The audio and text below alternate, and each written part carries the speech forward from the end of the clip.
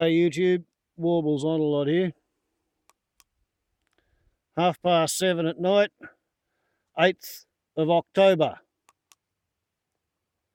And tonight we're going to have a blood moon.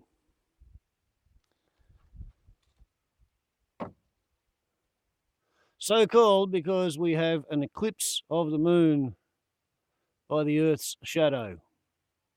It's also going to be called a blood moon because there should be visible not just the moon, but also Mars, the red planet, and Antares, the red star. But that's not going to happen for a while. So therefore,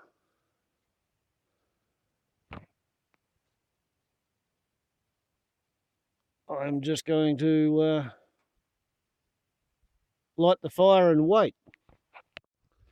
And when the moon gets to be big enough and red enough to be interesting to look at, then I'll show you what the view looks like.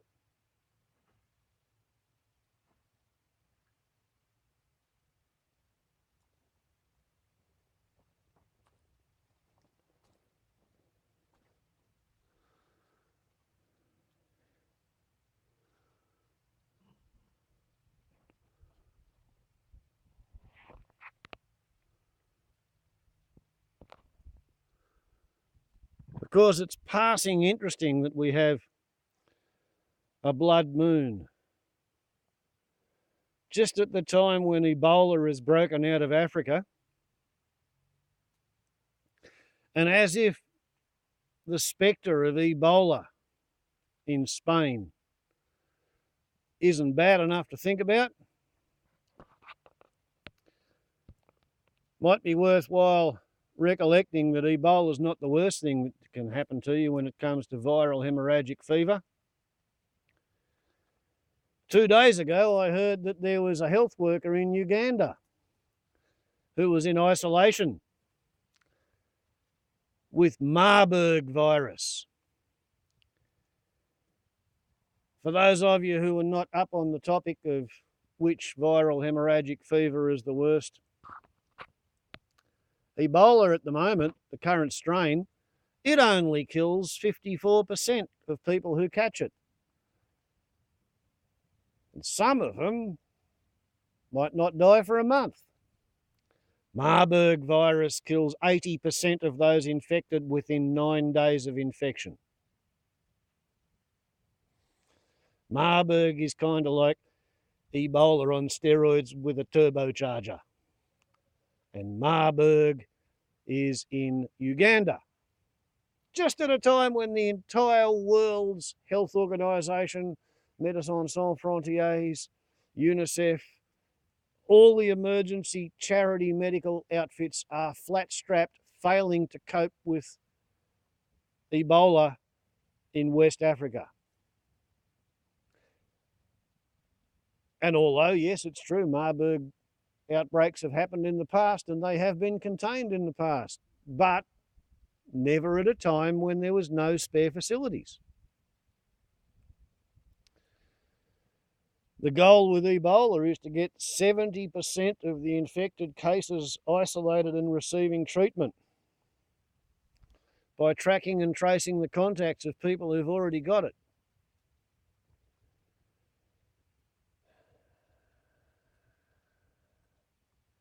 The fella who's in isolation quarantine being barrier nursed in Texas after flying to the United States from West Africa, he faces legal charges if he ever survives and goes back to Africa because he lied on his exit paperwork. He didn't tell the authorities that he'd been sitting in the front seat of a taxi holding the leg of a woman who was convulsing with end-stage Ebola on the back seat of the taxi the day before he got on the aeroplane to fly to America. Why did he not tell anybody? Well, it could be that it takes weeks or months to organise the paperwork to fly from West Africa to the excited states if you're a native of West Africa. And it could be that he was bright enough to realise that if he actually had contracted, as he did contract, Ebola from the pregnant woman convulsing in the back seat of the taxi while he was holding her leg in the front seat, he'd be able to get much better medical care in America if he was in Liberia, Sierra Leone, Guinea. He wouldn't be getting barrier nursed, put on a respirator, given IV fluids, and receiving kidney dialysis, now would he?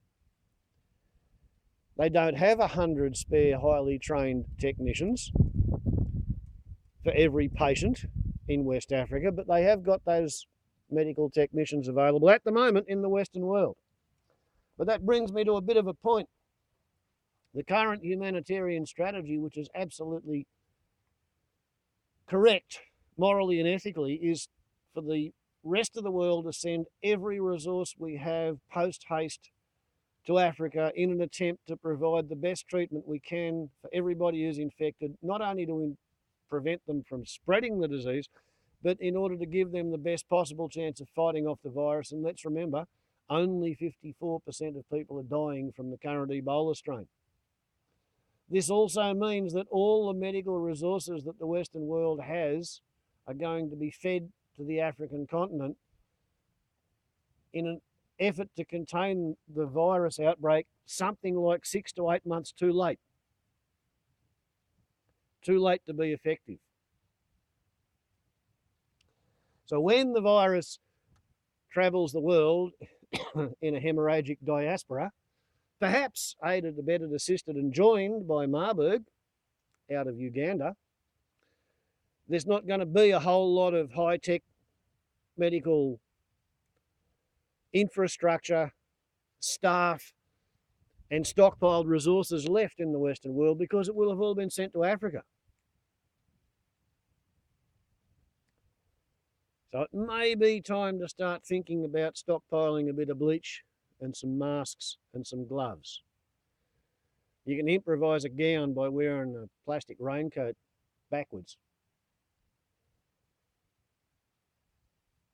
But you just consider the idea of how impossible it is for a privatised health system to make a profit out of nursing Ebola once you've got an outbreak. And anybody who's wasted large chunks of their income for large chunks of their lifetime subscribing to the health insurance industry, you need to ring up your healthcare insurer and confirm that you have zero cover for Ebola. And I don't care what country you're in. You can be in America, you can be in Australia, you can be in England. I will guarantee the underwriters will not cover you for Ebola if you get sick.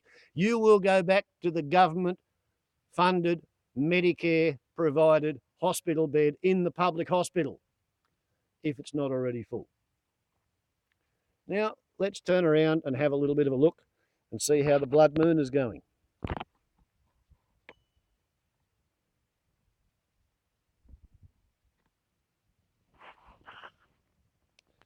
It's higher in the sky.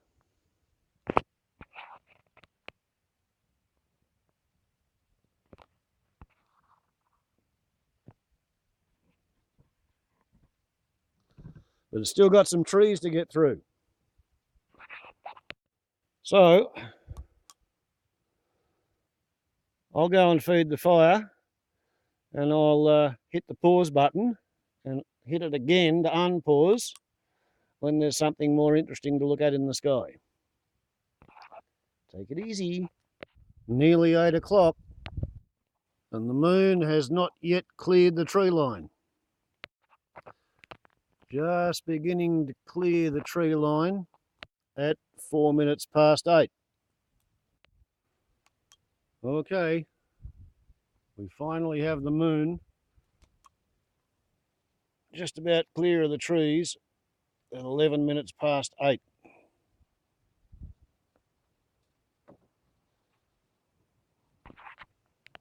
And as yet,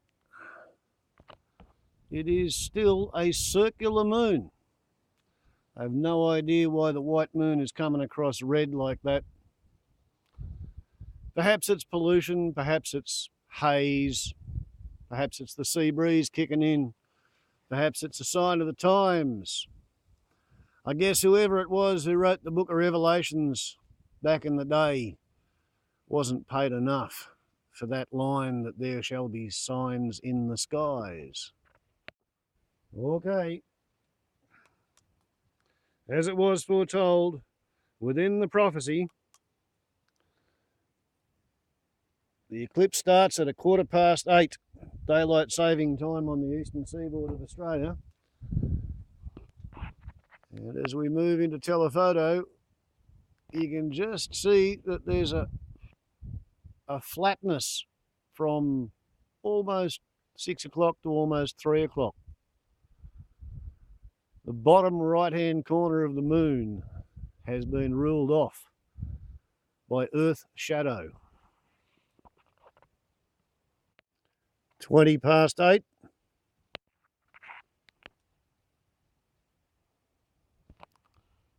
The shadow's taken a bigger bite out of the moon. 8:25. 8:30. And it seems really weird having a crescent moon rising in the eastern sky. As you know, normally when the sun sets, there's a crescent moon high in the sky when it gets dark enough to notice it. 8:45. And 2/5 of the moon has been eclipsed. Okay, 9 p.m. And to the charge couple device in the camera, it looks as if half the moon's occluded. To my naked eyeball, it looks as if 2/3 has been eclipsed. Okay, 9:15. There's only a sliver of the moon still illuminated. And try this trick.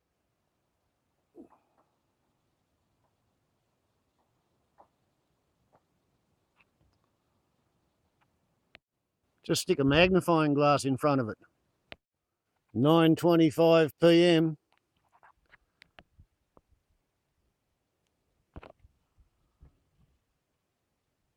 There's only a tiny little glimmer of white light.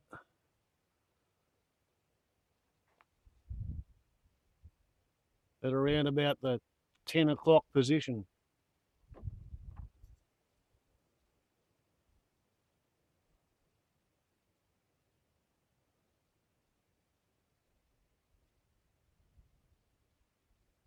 Not sure me freehand holding of a magnifying glass is helping too much.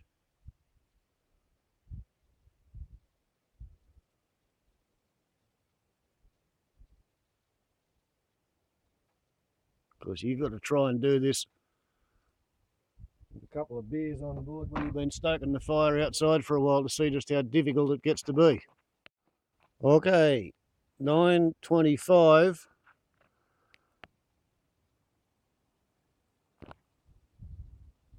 And we've got the blood moon.